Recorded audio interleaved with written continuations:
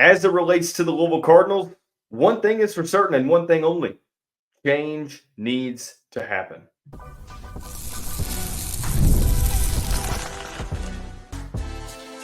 You are Locked On Louisville, your daily podcast on the Louisville Cardinals. Part of the Locked On Podcast Network, your team every day. Card Nation, what is going on, everyone? Welcome into this Monday edition of the Locked On Louisville podcast. I'm your host, Dalton Pence. I want to take this time to thank you all for making us your first listen of the day. Just a reminder, the show is free and available on all streaming services 5 days a week, your team every day. Today's episode of the show is brought to you by Game Time. Download the Game Time app, create an account, use the code LOCKEDONCollege for $20 off of your first purchase. Bringing him on for the first time, and it's been probably a couple months now, Keith Arutoff joining the show today from the Pink Seats podcast producer, also on-air talent. I've been peeping Keith's 1 minute excerpts on what happened, but he does a lot for the state of Louisville. Keith, welcome back on, man. Oh, happy to be back to talk some more ball. Wish could have been under some better circumstances, but the takes just aren't quite as hot when things are going well. So what's good for the goose is good for the gander. Hey, you said it best, but unfortunately, the goal is for you all not to hate us at the end of this 30 minutes because we're going to be honest. You have to be. Things are not good at the moment. That's really the most simple way I can put it. We'll talk about the defensive changes needed to be made for the Louisville Cardinals. Whether or not this is a prototypical Jeff Brohm offense. Is this his vintage offensive style? We'll break it down coming up. And then I'd be remiss if we didn't talk about the offensive line with a former college offensive lineman. Keith, the offensive line really has not been good, and it's only seemingly going to get tougher for this team. We'll break it down at the end. Keith, we'll start with the defense because that seems to be the main issue for the Cardinals. When you look at the statistics, I don't feel like they tell the full tale because you have some blowouts, incorporated into the mix. But this is a defense that has been tripping up over the same mistakes that they've been making over the past couple of weeks, struggling to defend mobile quarterbacks and continually giving up big-time plays. But at least in my chair where I'm sitting, it feels more of a coaching/scheme issue than it does a personnel one. Yeah, I agree with that assessment quite a bit. I've caught myself muttering things that certainly can't go out over the airwaves when I see players running out onto the field with 15 seconds on the play clock as opposing teams are getting ready to snap the ball. And at some point, the defensive staff, whomever, because we don't necessarily know if it's Ivy, if it's English, or if it's a specific position coach who's responsible for subbing in each individual players. But the staff as a whole needs to have that sort of come to Jesus moment, like, hey, this isn't acceptable. And a lot of that can come from also complex scheming and calling. And we've heard in recent days, Coach Brohm talk about in pressers that there's a need to simplify on the defensive side of the ball. Watching the game, you see players, even when there aren't substitution issues, teams will line up in unbalanced sets with we saw that quad box formation that Georgia Tech threw at us, or like some 3-2s with motion that SMU threw at us. And D-backs are outnumbered to a side, flailing their hands around like, help, help, we need numbers. And we've gotten burned on so many, just like, okay, we're just going to quick bubble since we have the numbers advantage and get a quick 15, 20 yards. And it's stuff that can't continue as we get in the heart of ACC play and as we stare down a lot of really tough competition over the next couple of weeks. Louisville has faced 4 consecutive mobile quarterbacks, and you could argue that they haven't had an answer for any of them. Now, have they made halftime adjustments and looked better against those quarterbacks in the second half? I would say with all 4 of them, the answer is yes. Unfortunately, that doesn't take away from the issue of just the lack of preparedness. SMU went, how many plays, Keith, did we watch SMU start the drive and immediately, first play, they're in Louisville territory?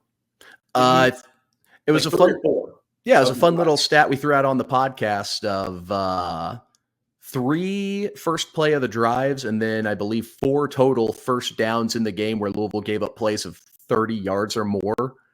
It just getting blasted first play to start a drive, and that sucks all the momentum and all the air out of the stadium when you're playing at home. And yeah, it's tough to get anything going when you're playing with an arm tied behind your back. And like I said, there's been the issue of not. It looks like this team doesn't know what to do when they play a mobile quarterback, and they played 4 straight, and this isn't going away. No. Like you have Anthony Calandria, Cam Ward, and Thomas Castellanos in 3 straight weeks. Brock Vanderbilt can scoot. Put the ball on the floor and run, or the field. But why is Louisville not? What am I missing here, Keith? Because it doesn't look like Louisville's incorporating a spy whatsoever into the game plan.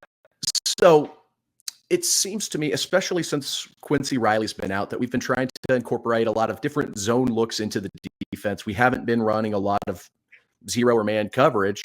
And I know another complaint that a lot of folks have had is the lack of sacks, and that's been due to just the lack of effectiveness we've had on first and second down the last 3 games at least, because teams haven't been in positions where it's a passing down and the D-line can pin their ears back and go. Also, we haven't really been playing with much of a lead the last 3 games. So it's, hey, if you're not in the lead, you're not going to force them to throw the ball. So you don't know what you're doing. You can't dial up an aggressive scheme to get after it. But when it comes to trying to contain, I mean, we've also gone against some really good mobile quarterbacks. Like Riley Leonard didn't beat us up too much. I keep wanting to say RJ Maryland, even though that's the tight end for SMU. SMU's quarterback, he's slippery, and he got us. Evan Jennings is good. He's good. Yeah, he's a lot better people there. And a lot of people don't know he's that good of a runner because, like we saw, he doesn't look to run first. He tries to stay behind the line of scrimmage, extend plays, and then get the ball to his elite receivers. So it's a scheme issue and also a little bit of a personnel issue. Like, frankly, our linebackers aren't the fastest in the world. And when you're spying a quarterback, more times than not, one of your 2 mics is going to be the one on the assignment. Stanquan is the better coverage linebacker of the 2, so you're not going to have him. So whomever the other linebacker is on the field just hasn't been able to keep up when we have been running spies. Louisville, you mentioned it. I think that it is sort of it's not just cut and dry when it comes to the pass rush. Like Louisville hasn't been getting home. I think a lot of that is due to you playing mobile quarterbacks that are really good at getting out of those situations. And it seems like teams are trying to throw quicker when they're playing Louisville. But how do you assess Louisville still committing to the zone defense? And I know that Quincy Riley is out, and that is a huge loss. And the defense probably looks better with him obviously back there. But Louisville's still committing to the zone defense, but despite not getting much pass rush, because it looks like, the soft coverage against SMU, I don't know how many times I counted, 3rd and 7, 2nd and 7, guys are running up 8 yards, turning around in that soft coverage, and they're just dinking and dunking down the field. It's like, how long do you watch this until you make a change? And we've been asking this the past couple of weeks. Yeah, and I'm perplexed as well. Again, maybe it's more complicated than what we seem, and we're trying to throw out a bunch of sophisticated delay blitz or maybe some quarters or some sort of complex coverages over the top, and it's just causing a hesitation on the defensive side. Maybe that's why we've looked slow. But, at some point, you go back to Pee Wee football, man coverage is man coverage. Like, that's your safety net. Like, you brought in, 6 secondary players in the portal this offseason. You don't have Quincy Riley. That sucks, but you had some talent still on the roster. At some point, you got to trust your guys to play when it's obvious that the zone ain't working and you're not getting home with 4. Keith, what did we hear about all offseason? We heard this coaching staff talk up this defense all offseason, right? And we heard a lot of people give a lot of hype. And I get that it's not the end-all, be-all, but at some point, you've got to trust the players that you have back there because you do have some talent in the secondary, at least on paper. I guess the mantra that I keep coming back to is this defense is way too damn talented to be getting gashed the way they are. Like some things have to change. And I feel like if you're breaking down the percentages, this is about maybe a 5 to 10% personnel issue and 90% scheme, coaching, and something that Jeff Brohm said it without saying it. It felt like a lot of his frustration was being put on display without really calling the defensive coaches out. You could tell Brohm is very diplomatic in that remark, but you could tell. Oh, yes. The master of saying everything while saying nothing.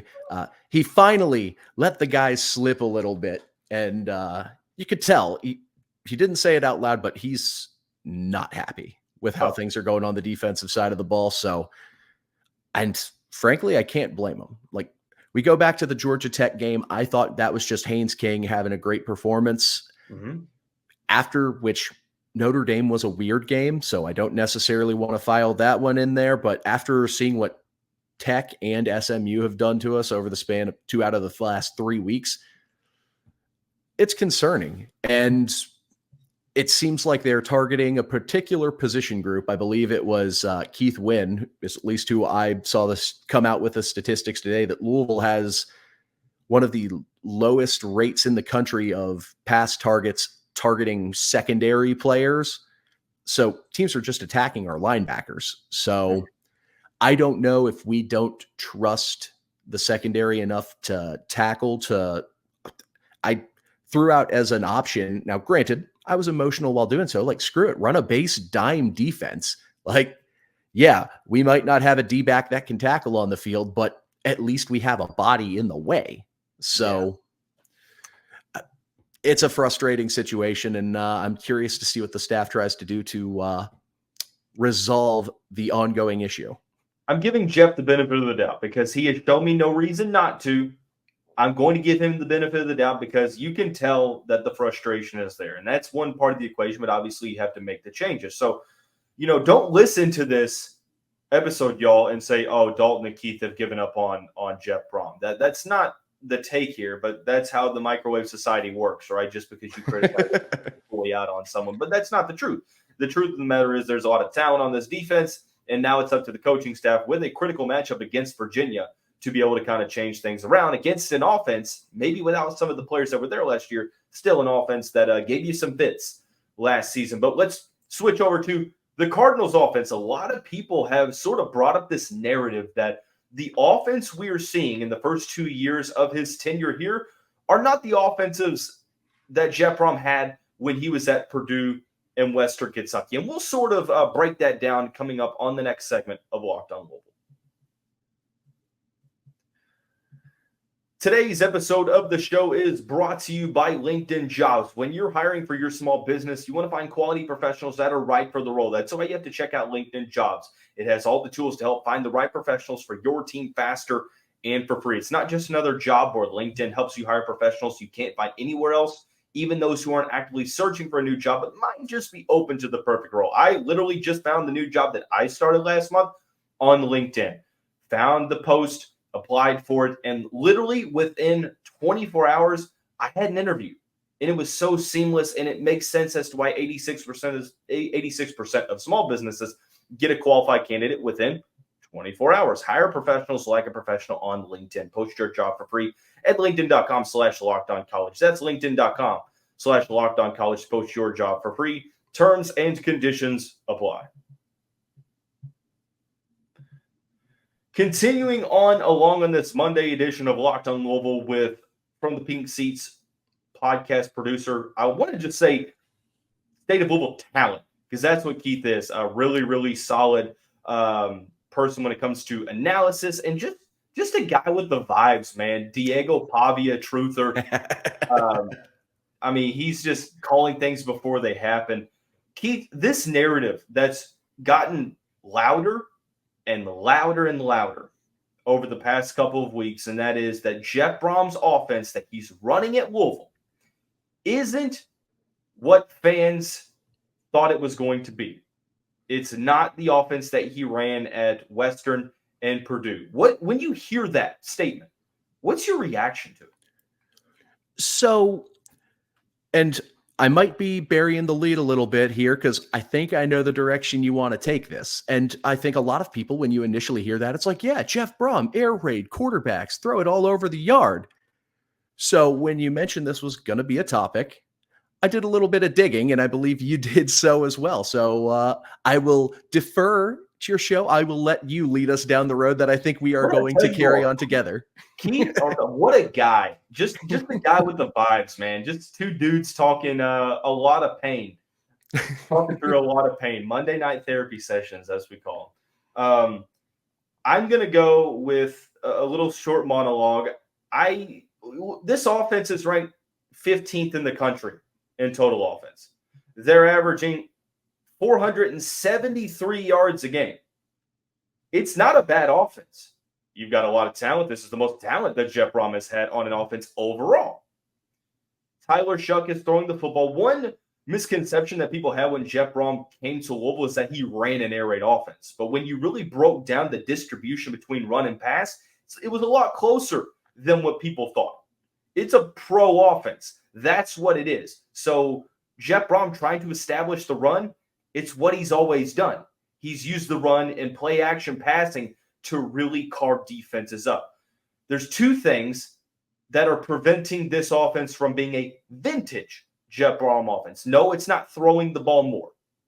No, it's not more exciting plays. Because if Ja'Cory Brooks catches one of the two passes in the end zone that he dropped, we're having a different conversation. I'm not going to say offensive line either because he hasn't had the greatest offensive lines at Purdue. There's two things. Number one, situational play calling. There's been some issues on 3rd and 4th and short to where he even said it that we're not running the ball again on 4th and short. Like maybe you might have a situation to where he's not calling the plays that he should in situational play calling. Number two, tempo. That's where we're getting at, Keith. The past couple seasons, Western, Purdue, one of the fastest offenses in college football. Now, there's some years where they're just inside the top 50, but they're running the ball less than 25 seconds, like boom, boom, boom. It's not Mississippi. It's not SMU-like, but it's quick. It's keeping the defenses off the heels. Last year, just outside of the top 100. This year, oh boy, 123. They're taking basically 30 seconds to call a play. And maybe this has some sort of an issue with the in-helmet signal, and maybe that's throwing some issues in there. But, Keith, it's a slower offense. When I think of a Jeff Brohm offense, I'm thinking of some pace like, give me the ball. I want to go down and score. I want the ball back, and I want you to give me the ball and score again. Through the first two seasons, I know wrapping it up, that's really not been the case. And you can sort of conjecture and wonder about what could be the cause. Helmet comms this year being potentially an issue. It also could be you're bringing in 2/3 of a brand new offensive unit every single offseason. And tempo is one of those things that requires team chemistry to really orchestrate seamlessly. And frankly, we don't have that because most of our offensive starters are new, whether that be transfers or freshmen. Yeah. It's just... That's why, like, I even thought to this, I'm like, why does this offense just look different than what I'm used to? And I'm thinking to myself, well, it's not throwing the ball because you are. It's the tempo, in my opinion. And like you said, it's probably not an answer that's black and white, but it's in that gray area to where you have to really dive into the root of the problem. So that begs the question, before we get to offensive line play, is Jeff Brohm's new transfer portal tactics, is it hamstringing his offensive scheme? That is a very, I feel like, very valid question because you've got the talent. Tyler Shough's an NFL talent. The guy can make some throws, and I'm like, bro, come on, stop playing with this guy. Ja'Cory Brooks, reason why he was good at Alabama. And you've got studs all over the field. But I wonder that you're not going to be able to reload offenses year after year and try to build that chemistry up while also playing fast, like you said. So we kind of come at a crossroads, no? Yes, and as I'm the one who kicked the bee's nest of being seriously concerned about high school recruiting versus transfer portal recruiting. So I'm going to play devil's advocate to my own self. when he came in for the 2023 season, he had to play. He had to go to the portal. The cupboard was pretty bare. Yeah, it was. It was. Now he's had one full high school recruiting class, and we're getting ready for his second full high school recruiting class to be committed. He's not bringing in that many players, though. So the cupboard is still bare. At this point, it's a self-inflicted wound, and either he's going to have to adjust his philosophy to try and be one of those teams that we're going to drag you into the muck. You're going to play the game at our pace and try to be a slow team. But I don't think that's his game. I don't think at some point, you have to get players that stay, that you can retain, develop, get implemented in your system so you can get moving up down the field in a hurry. So it's an interesting crossroads that the staff's at. And again, it's problems that you can't solve on a random Monday in October, but we're going to have to wait over the course of time to see what happens. Damn it, Keith, we're trying to solve them. Let us try.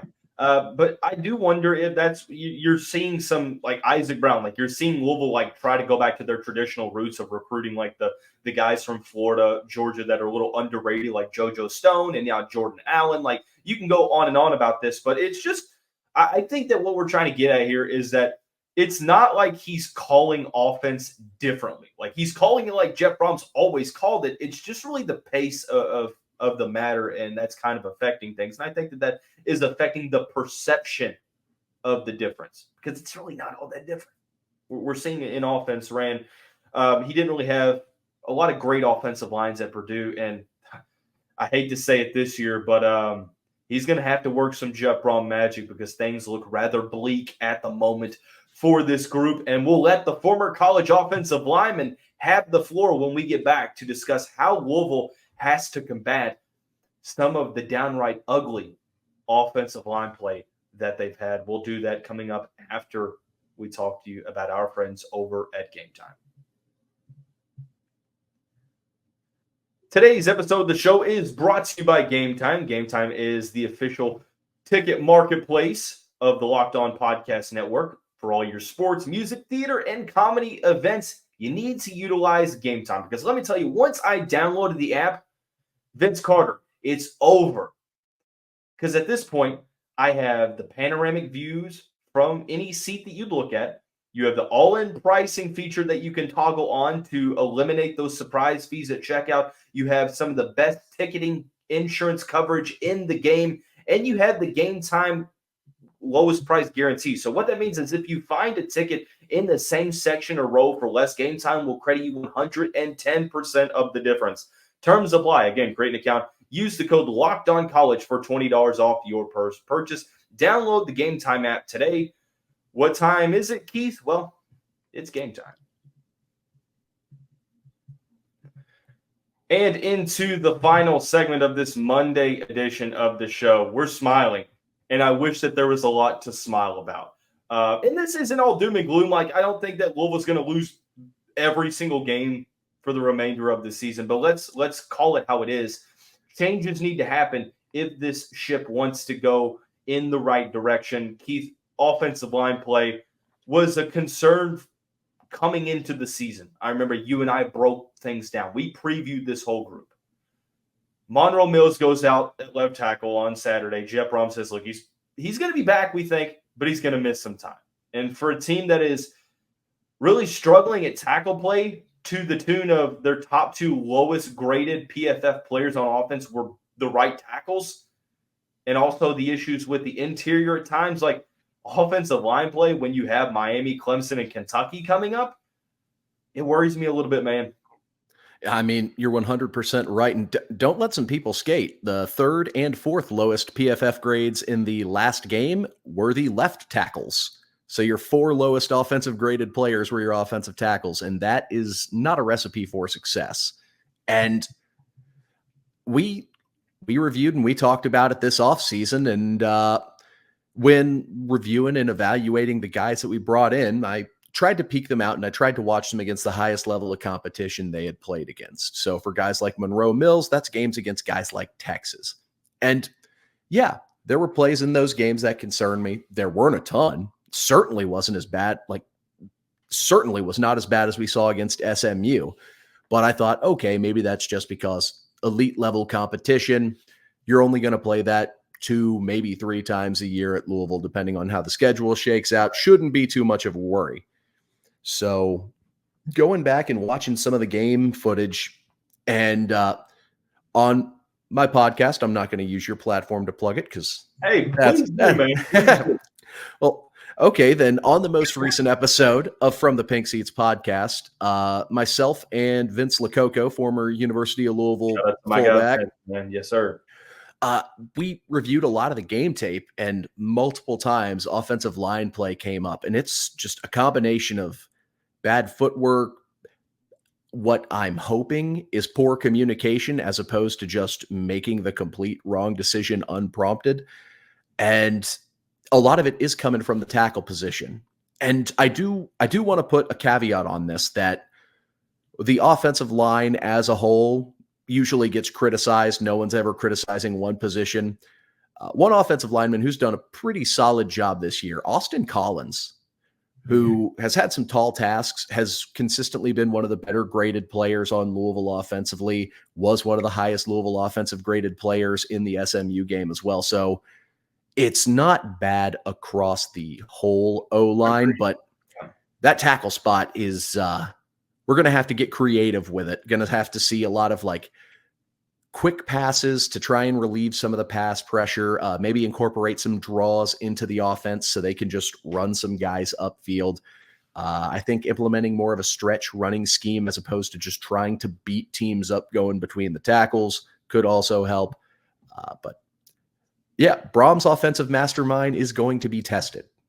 I'm going to give you 2 possible solutions that I've seen people put out there. And I think number one, the right tackle question. You have Jonathan Mendoza, you have Rasheed Miller, who just haven't really found their footing so far. We're still waiting for Renato Brown to make his way back. Obviously, it was close to around this time last year when he went out with that season-ending injury.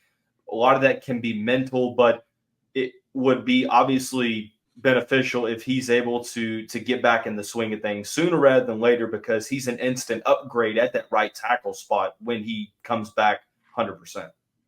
Yeah, and that's one of the options I figured was going to get thrown out. And yeah, everything I saw at spring ball, now granted, he wasn't doing a lot of contact drills. And then like once we got to the open practices, we were seeing him do drills with the 2s. Yeah. If he's been able to maintain his strength and still has the ability, I think it's just, and as someone who's dealt with injuries, the hardest part for a lot of them is just the mental hurdle of subconsciously training your body to realize I can do this without breaking myself. And exactly. I mean, hopefully that's just the last hurdle we're needing to get over. And it would be an opportune time for him to overcome that and become the Louisville offensive line's knight in shining armor to show up to slay the dragon of poor pass protection in our time of need. Oh, man, we need him because here in 2 weeks, Tyler Barron comes to town. I don't know the status of Ruben Bain yet. I think, is he back yet? Is Ruben Bain back for Miami? I know he's been. I thought he was back. Maybe they were easing him into it, but I mean, back and forth. It's a weird situation, but they're coming off a bye week too.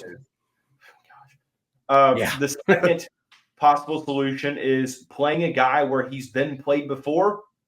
Could you see Michael Gonzalez sliding to the left tackle spot where he played sort of early on in his career when it was needed? And maybe then you find, well, what's now the question at one of the guard spots? The question is, are you willing to take the trade-off to leave that hole at the guard spot to put him at left tackle, which is arguably the most important spot, that in the center? What's your thought on maybe, because at this point, because Trevonte Sylvester wasn't really all that great on Saturday either. Now, hopefully, maybe with some more preparation, he's able to kind of get in there and do well. But at some point, it's like all hands on deck for Louisville. You have to figure out an answer. Yeah. Pun only like 50% intended. There's going to be a lot of cards shuffling on the offensive line practice. Man, I'm selling that. It's definitely the over.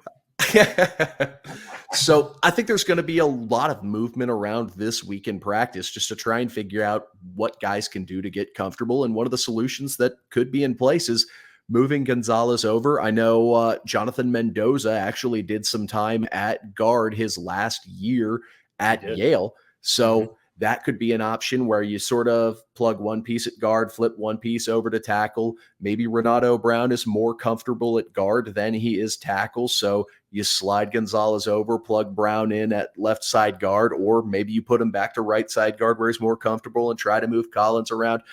At this point, I'm Charlie on It's Always Sunny with the conspiracy board in the background, just showing all the different O-line possibilities we can do.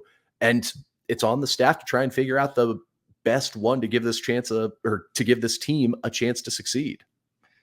Keith's sitting there sizing up for his jersey, thinking, "Do I have any college eligibility?" No, but I agree. I think that you are going to have to get creative, unfortunately, and hopefully it doesn't. Let's say we hope Monroe Mills comes back as soon as possible. Put it that way for the Louisville Cardinals, but they're going to have to make do with what they have currently in the sense. But that is going to wrap up this Monday edition of the show. Just know that even with as much that we have to criticize, this is a very talented team. This is one of Louisville's more talented teams that they've had in pretty much a decade. They can turn things around. It's just a matter of putting those changes in place. But that is going to wrap up this Monday edition of the show. He's Keith Arutoff. I'm Dalton Pence. Everyone have a great start to your week. We'll see you right back here tomorrow.